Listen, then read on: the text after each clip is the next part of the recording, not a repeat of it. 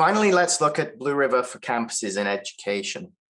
So, with the COVID-19 pandemic, there's definitely going to be a move to a more hybrid style classroom. What you're seeing here on the top left is exactly that. And in these classrooms, they're going to have not only high quality displays, but also high quality cameras. Cameras that are able to do things like optical character recognition on whiteboards, so that those remote students can get a better view of the material that's being presented. Interactive whiteboards that allow you to actually send what's being written on the board to those remote students. And you want those students to basically have the same experience, or almost the same experience as those that are there in the classroom itself. Provide this fully immersive learning experience. And only that is doable with high quality, high bandwidth sources and displays.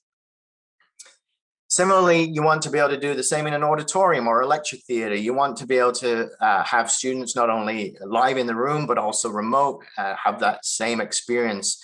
You can provide stunning interactive presentations using live video now, all this over the same network using high-end displays, projectors, etc. In terms of study, it's becoming more and more important that you provide access to very powerful compute resources and PCs, servers, but at the same time, keep the rooms quiet. So, on the bottom left there, you'll see this concept of these thin clients where you just have a display and a mouse and a keyboard, and the student is able to access all the powerful machines that are safely tucked away in a secure PC or server room. And it allows them to be able to study in quiet while still doing some, pretty intensive research type programs. And this is key. Students expect today access to the latest and greatest technology. They expect high performance. And really that can only be done using 10 gigabit networking. A lot of compute intensive functions that are required in research can only be done using 10 gig networks if you want to get any kind of efficiency or speed. Finally, you've got security and you've also got administration. If it's all hooked into the same network, it really provides the administration team a way to direct students in real time. So, if a program changes, if a lecture room moves, that can in real time be put on displays throughout the facilities so students know where they're going and get to where they need to be in time. Similarly, security is very important on these large campuses. Having access to the video feeds in high quality in each room means that the security people can know who's where, and they can know who's presenting in each room, and be able to keep that information in case of any kind of emergency. What ties this all together? Again, why hybrid campus needs SDVOE?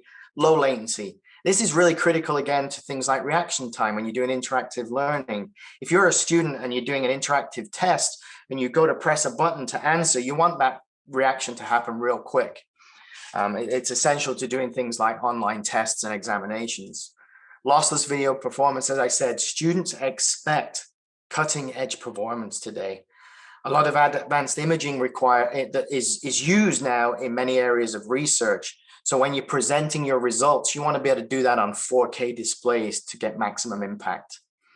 Of course, as I mentioned in all the other verticals, fiber transmission medium at campus scale, you can only use fiber. It's essential.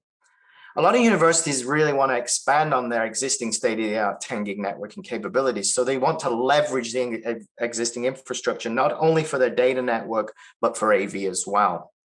And again, interoperability is key. Pick the best products from a range of manufacturers, and they're all with this common centralized administration through software. The power of software-defined video over Ethernet.